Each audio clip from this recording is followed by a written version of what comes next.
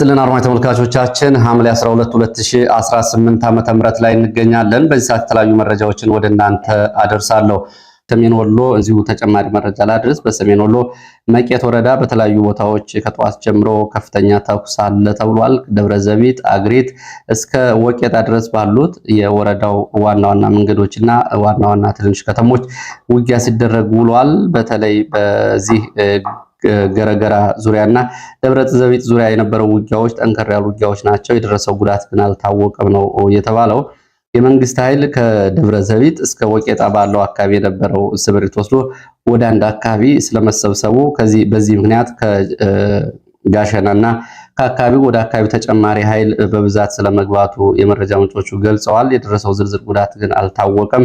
በዚህ ምክንያት ከጋይንት ንፋስ መውጫ በጨጮሆ በኩል ወደ ወልዲያ ወደ ደብረታቦር ወልዲያ ያለው መንገድ የትራንስፖርት አገልግሎት ቆሞ ነው እየዋለው ብለዋል። ዝርዝር መረጃዎች ሲደርሱኝ ወደ እናንተ የማደርስ ይሆናል። ወደ ራያ አለማጣ የሚወስደን መረጃ ላስከትል። ራያ አለማጣ ከአየር ማረፊያ አካባቢ የተነሱ በርካታ የህወሓት ታጣቂዎች ወደ መሃል ከተማ በፓትሮል ወታደራዊ ተሽከርካሪዎች ዘልቀው በመግባት መፈክሮችን ሲያሰሙ ነበር። እናሸንፋለን፣ ሌላው ኃይል ለቆ ይውጣ የሚሉ መፈክሮችን እያሰሙ ውለዋል። ይህንን ሲያሰሙ ቆይተው ዙረው ወደ ካምፖች ገብተዋል ተብሏል። ከዚህ ጋር በተያያዘ ራያ አላማጣ የፖሊስ ልብስ የለበሰ በርካታ ኃይል ከትግራይ ገብቷል ተብሏል። ሰሞኑን ማይጨውና ወደ ሌሎቹ መሆኒ ከተሞች እንደሆነው ሁሉ በርካታ የህወሓት ኃይል ወደ አለማጣ ከተማ ገብቷል። በጠዋቱ አንድ መረጃ አድርሻችሁ ነበር። በቴክኒክና ሙያ ኮሌጅ አንድ ስብሰባ እየተደረገ ነው የሚል የህወሓት ሰዎች ስብሰባ። ይህንን በተመለከተ እንግዲህ የህወሓት የአለማጣ ከተማ ቅርንጫፍ ጽህፈት ቤት በሚል ያው ህወሓት ተሰርዟል ቢባልም የቅርንጫፍ ጽህፈት ቤቱ የህወሓት መረጃ እንደሚያሳየው በተደረገው ስብሰባ የስምምነት ላይ ተደርሷል። የህወሓት ጽህፈት ቤት ባወጣው መግለጫ ማለት ነው። ዛሬ የሚሆን ነገ ያለማጣ ህዝብ ከህወሓት ጋር በመሆን ከህወሓት ጎን በመቆም ከህወሓት ሰራዊት ጋር በመሆን የሚመጣውን የተቃራኒ ኃይል ለመታገል ቁርጠኛ ነው። መከላከያ፣ ፌዴራል ፖሊስ በአስቸኳይ ለቆ ይውጡ። ኮማንድ ፖስቱ ጊዜው ተጠናቋል። ስለዚህ መከላከያና ፌዴራል ፖሊስ ለቆ ይውጣ የሚል ጥያቄዎችን መነሳታቸውን መግለጫው አሳውቋል። ይህን ከዚህ ባሻገር በቅርቡ ሁሉንም አካባቢዎች ወደ ነበሩበት እንመልሳለን፣ ሁሉንም እንቆጣጠራለን የሚል ተጨምሮ እንግዲህ መግለጫ ተሰጥቷል በጽህፈት ቤቱ በኩል። ይህንን በተመለከተ መረጃ ያደረሱኝ ያለማጣ ከተማ የመረጃ ምንጮች ይሄ ህወሓት ፕሮፓጋንዳ ነው፣ ያለማጣን ህዝብ አይወክልም፣ ያለማጣን ህዝብም አይገልጽም። በስብሰባው የተሳተፉት ከትግራይ በተለይም ከአድዋ አካባቢ የመጡ የደብረ ጽዮን ቡድን ደጋፊዎች ብቻ ናቸው። ያውም ታጣቂ ኃይል ነው የተሳተፈው። በተደጋጋሚ በአንድ ቡድን ደጋፊዎች አማካይነት የሚወጣ መግለጫ ህዝብን እንደማይወክል አሳውቀናል። ይሄ ጊዜው ያለፈበት የህወሓት ኋላ ቀር አስተሳሰብና ፕሮፓጋንዳ ነው። በእኛ ላይ ይሄ ሊጫን አይገባም። እኛ ማንነት ጥያቄ ያለን ሁለቱ የፖለቲካ ቡድኖች ሽኩቻ እኛን አይመለከትም። የጌታቸውና የደብረ ጽዮን በእኛ ስም የሚደረግ የፖለቲካ ማጭበርበርና ቁማረም ጊዜው አብቅቶበታል ሲሉ ነው እንግዲህ ምላሽ የሰጡት።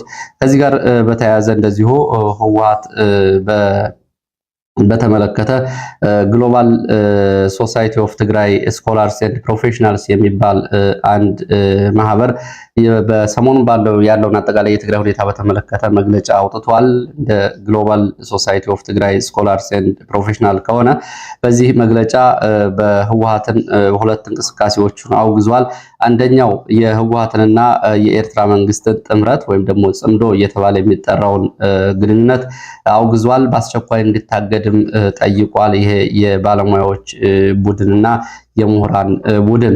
ሁለተኛ በነደብረ ጽዮን ቡድን ሰሞኑን የተፈጸመውን የተቋማት ወረራ አውግዟል። በዚህም ሌተናል ጀነራል ታደሰ ወረደንም እንደዚሁ በመግለጫው አውግዟቸዋል። እሳቸው ከባለፈው ስህተት ያልተማሩና ተመሳሳይ ችግር የደገሙ ሲል አውግዟቸዋል። በዚህም እንግዲህ ባለፈው ጥር 15 ጀምሮ ከኮር በላይ ያሉ የህወሓት ወታደራዊ አዛዦች የሰሩ ስህተትና ጌታቸው ረዳን በማባረር የፈጸሙት ስህተት ጀነራል ታደሰ ወረደ እየደገሙ ነው ሲል ነው እንግዲህ ረዘም ባለው መግለጫው እያወገዛቸው።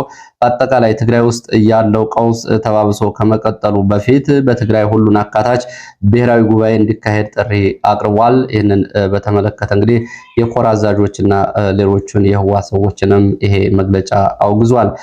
በዚህ እንግዲህ በአጠቃላይ ትግራይ ያለው ሁኔታ ይህን ነው የሚመስለው። ውጥረቶችም አሉ። አዲጉዶም ተብሎ የሚጠራው አካባቢ ጠዋት በሆነ የተደረገውን ሰልፍ ተከትሎ በአካባቢው እንቅስቃሴ ላይ የነበሩ ሰዎች የህወሓት ታጣቂዎች ተኩስ ከፍተው ሰዎችን እንደዚሁ አቁስለዋል ተብሏል። በቆሰሉት 4 ሰዎች መካከል የሁለቱ ሁኔታ እንደዚሁ እንግዲህ አስጊ ነው ለህይወታቸው ተብሏል። ወደ ሕክምና ተቋማት ገብተዋል። ሰልፈኞችን በኃይል ለመበተን የተከፈተ ተኩስ ነው ይህን ጉዳት እያደረሰው። ወደ ሌሎች መረጃዎች ሲሄድ እንግዲህ ወደ ግንባር መረጃዎች ነው የሚሄደው። ወደ ፋኖን በተመለከተ ከያስኳቸው መረጃዎች መካከል የፋኖ የሰራዊት ግንባታን በተመለከተ በተለያዩ ቦታዎች ለወራት የሰለጠኑ እና ስልጠና የወሰዱ የፋኖ ምልምል አባላት በዛሬው ዕለት በተለያዩ ቦታዎች ተመርቀዋል። ወታደራዊ የአካል ብቃት ስልጠና አጠናቀው ዛሬ ከተመረቁት የፋኖች መካከል በአማራ ፋኖ ህዝባዊ ድርጅት ሸዋ ጠቅላይ ግዛት እዝ በሸዋ ለወራት የሰለጠኑ 6ኛ ዙር ፋኖች ዛሬ ዕለት ስለመመረቃቸው እንደዚሁ እዙ አሳውቋል። የፎቶግራፍ ተንቀሳቃሽ ምስሎችና የምረቃ መርሃ ግብሩን በሚያሳይ እነ ኮሎኔል ልንገረው በተገኙበት። በተመሳሳይ የአማራ ፋኖ በጎጃም እንደዚሁ ለወራት ስልጠና የወሰዱ የፋኖ አባላት የምርቃት መርሃ ግብር እንደዚሁ ምስራቅ ጎጃም በተለያዩ አካባቢ ስለመከናወኑም እንደዚሁ አሳውቋል። ከቀናት በፊት በተመሳሳይ በቋራ 9ኛ ዙር ግዙፍ ኃይል ስለመመረቁ እንደዚሁ የቅርብ ጊዜ መረጃ ነው። በሸዋም እንደዚሁ ከ4 ቀናት በፊት በተመሳሳይ በዚህ በምንጃርና በከሰም ቀጠና በርካታ የፋኖ ኃይል ስለመመረቁ የቅርብ ጊዜ መረጃዎች ያሳያሉ። የፋኖ የሰራዊት ግንባታና የፋኖ ዕለታዊ ወታደራዊ እንቅስቃሴ በሆነበት ሁኔታ ከ2 ቀናት በፊት ጀነራል መሐመድ ተሰማ የምስራቅ እዝ ዋና አዛዥ እንግዲህ በደቡብ ጎንደርና በጎጃም ቀጠናዎች ስምሪት በመውሰድ የፋኖን ሰራዊት አከርካሪውን ሰብረነዋል፣ እንዲሁ የግንኙነት ሴሎቹን፣ የሎጂስቲክ የመረጃ መዋቅሮቹን አፈራርሰናል፣ ፋኖን በትነነዋል የሚል መግለጫ መስጠታቸው ይታወቃል።